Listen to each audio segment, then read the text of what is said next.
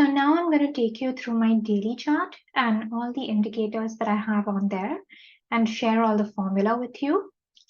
So this is what my daily chart looks like, and it's a candlestick chart. If you want to know how to interpret candlesticks correctly, then I highly recommend the Steve Nyssen books on candlesticks. I have a few moving averages on my charts, the 10, 20, 50, and 200 moving average. And I just prefer using the simple moving average rather than the exponential because I'm a simple person. But I don't think the debate on this is worth the time and effort. And with whichever one you go with, your results are going to be the same. Now, the way to add these moving averages to your charts is you simply right-click, click Add Plot, search for Simple Moving Average, and then add, say, the 20, do the same for the 10, 50, and 200. These ones are the ones that institutions use most commonly and other traders use most commonly. So they become self-fulfilling prophecies in a sense. And oftentimes you'll find price respecting these moving averages. And if they find support on these moving averages, then you can interpret the price as bullish. And if they're finding resistance when they hit these moving averages, you can interpret that action as bearish. I like to keep it as simple as that. Now, a lot of you have noticed that some of the candles on my charts are purple and similarly some are pink. And what are those? So I have conditioned my candles so that I can clearly see what big up days and big down days are there. So big up days are colored purple and big down days are colored pink. And these are the formula for each of these. I'll show you what the settings look like and how to make this feature available on your charts. But this is the same formula that I use to scan for earnings winners. And in that video, I go through the formula, the meaning behind each condition and the logic behind it. So if you're more interested in what the formula means, then I would highly recommend checking out that video. But in a sense, what this formula is telling me is that this candle had more than twice the average move for this stock on this day and more than twice the average volume. And conversely, if a stock has more than twice the average move on the downside on more than twice the average volume, the candle turns pink. And again, I use it to just visually remind me of the big up and down days on a chart, just so that they pop out and they're a different color.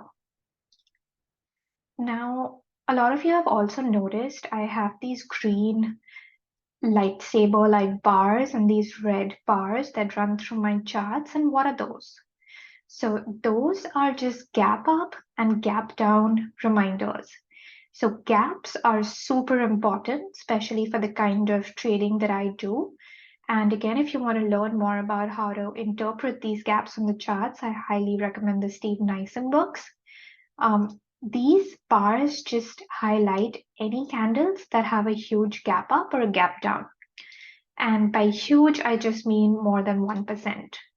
So this is the formula for getting these gap up and gap down indicators on your charts. And this day, for example, by highlighting it green, I see that it was a huge gap up day.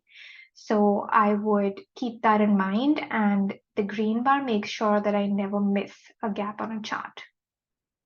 Now, the last indicator that I have on this is the 180-hour stop loss. And the formula for this is simply the high of the current day minus the 20-day ADR of the stop. And what it does is give me a red line here.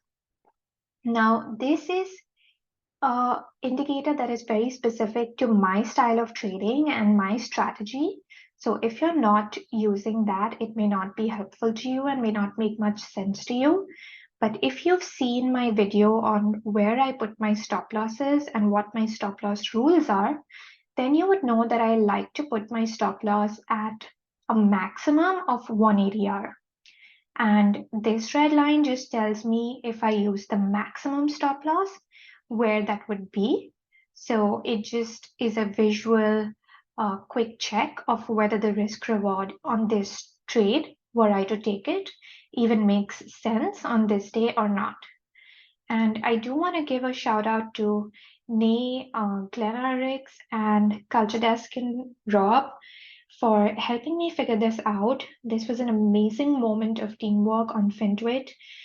Nay saw my video on selling and reached out to me with information on this indicator and how it could be helpful to me.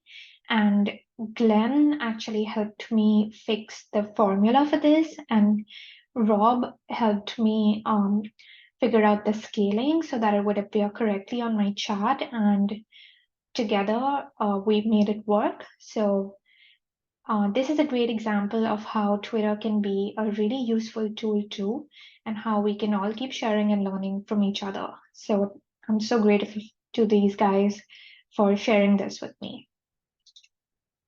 Now, when all is said and done, if you want to set up your daily chart the same way that I have, then this is what the settings would look like on the chart.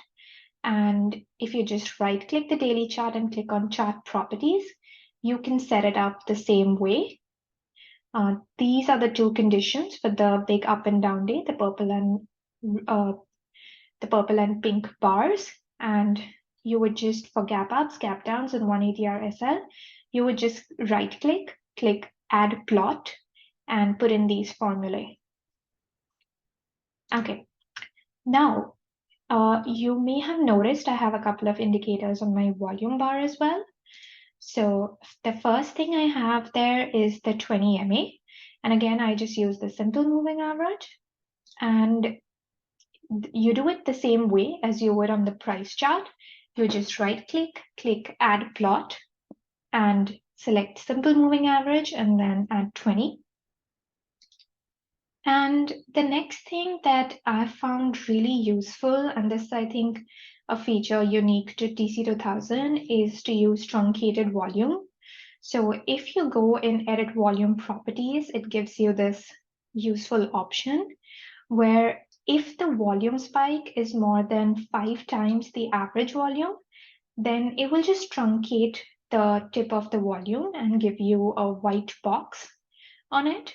And this is super helpful because if you have one day where the volume is 10x or 20x, it doesn't spoil the scaling of the entire volume chart. Because what would happen in that case is that 20x bar would just be so huge that every other volume bar would become tiny and difficult to read. So this keeps the scaling more useful. And the last thing I do is add conditional colors on the volume chart. And this is the same formula as the one I use for the price. And you can add it the same way. Okay. Now, the other thing I add to my daily chart right above it is a couple of indicators to tell me about the relative strength of my chart.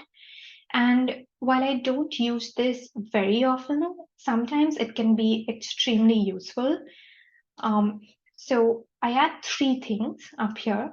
The first is the SPX, which is the S&P 500.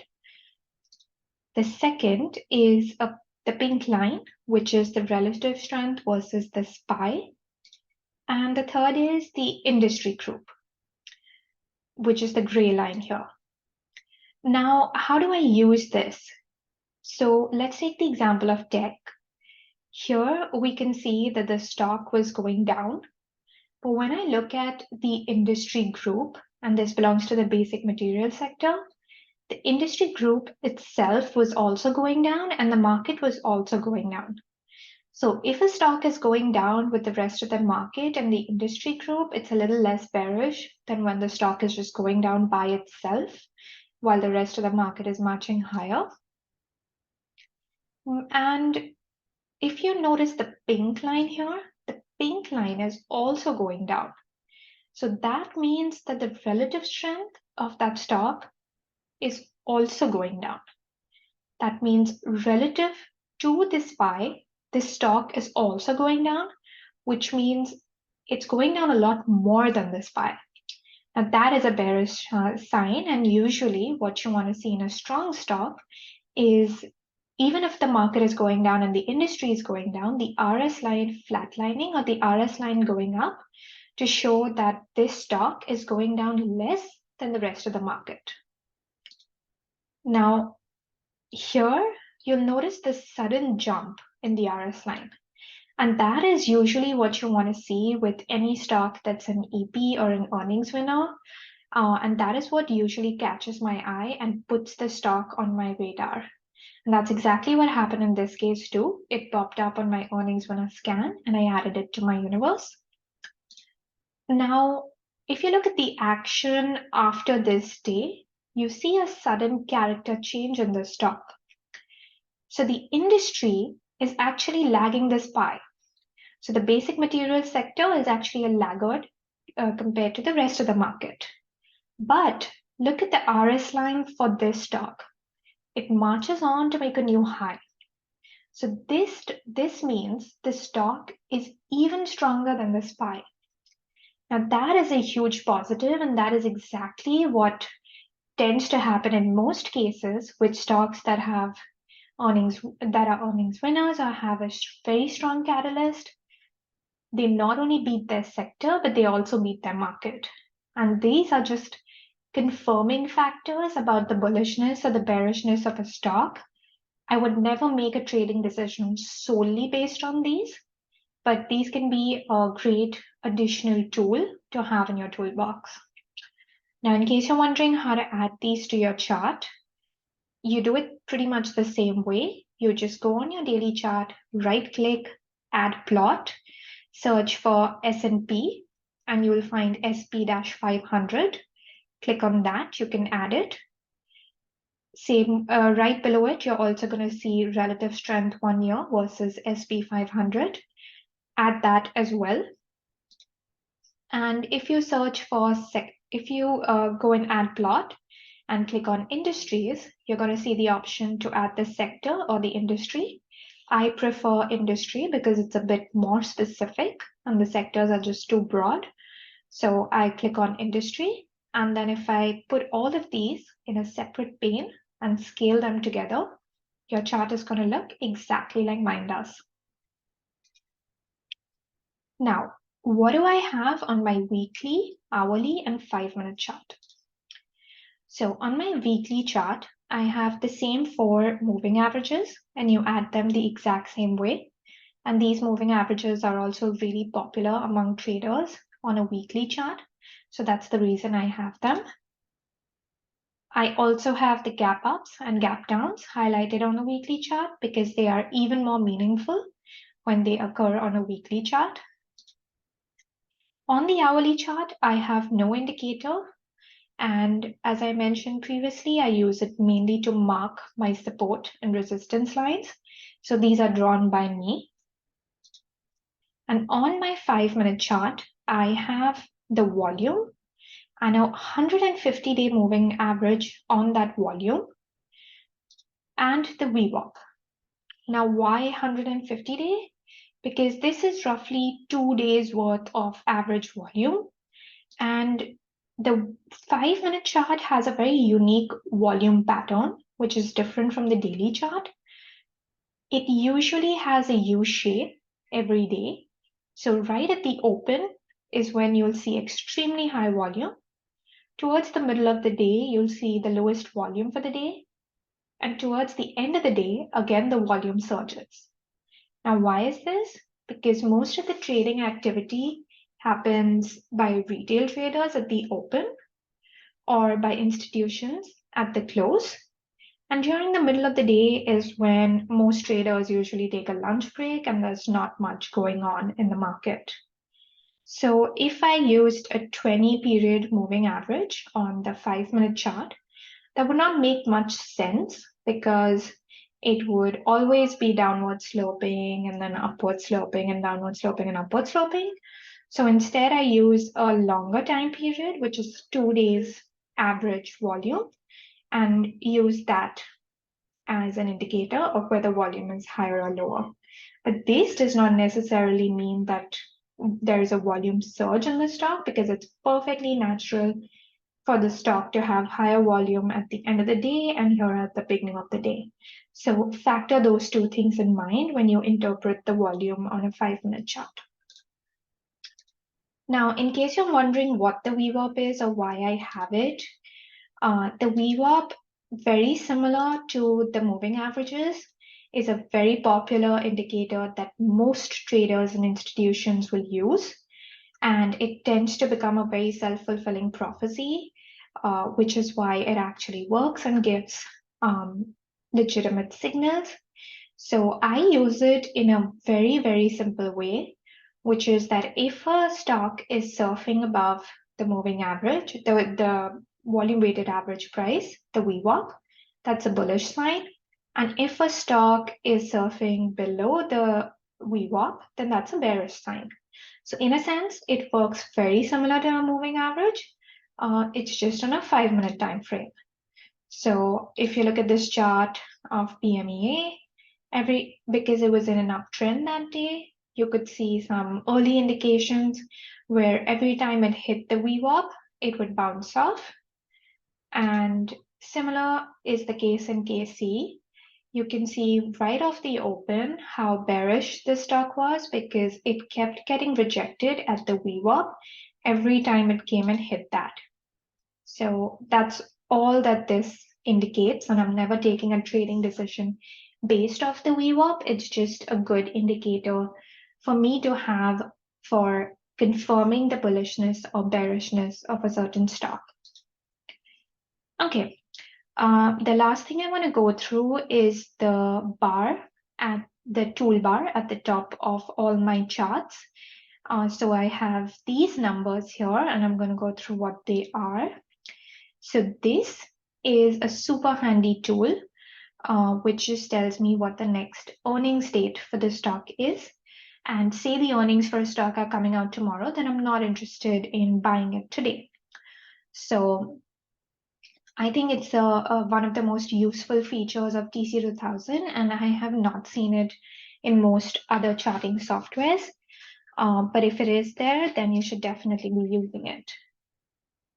Now, this is the capitalization of a stock, the market cap, and it's usually a good indication of how big or small a particular stock is. So you can say if it's a micro cap or if it's a mega cap, and those tend to trade very differently.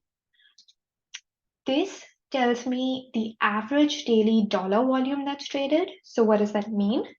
This means how many shares are traded per day multiplied by the price of the stock. So how much dollar volume is traded on average per day.